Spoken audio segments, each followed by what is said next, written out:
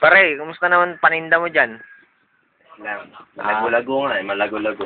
Yung mga sardinas mo dyan, magkano naman? 25. Mahal na kasi Mahal naman ng mura. mahal na kasi ang ano eh. Mura.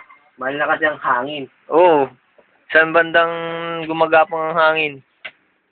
Yan, sa impyerno. Sa impyerno. Oh, malupit naman yun. Oh, eh si Satanas niya eh. May karinderya sa impyerno eh. Oh, anong linuluto nun? Kokwa. Ha? Kokwa. Saan mo natatagpuan yung kwakwa kung ano, kung gagawa ka ng ano, yung mga ingredients niya, ano? Oo. Wala nang mga ano yan ah. Bato. Bato. Tsaka ano pa yung mga ano, yung mga kailangan sa mga ingredients. Ang tatag. Ah, yan. Oh, masarap yun, ang tatag. Ano Oo. pa yung mga... Mga balat ng ibon. Oo. Yun, sarap yun. Lalo na pag ano, pag pinaksiw. Oo. Paksiw. Paksiw. Anong paksiw noon yun?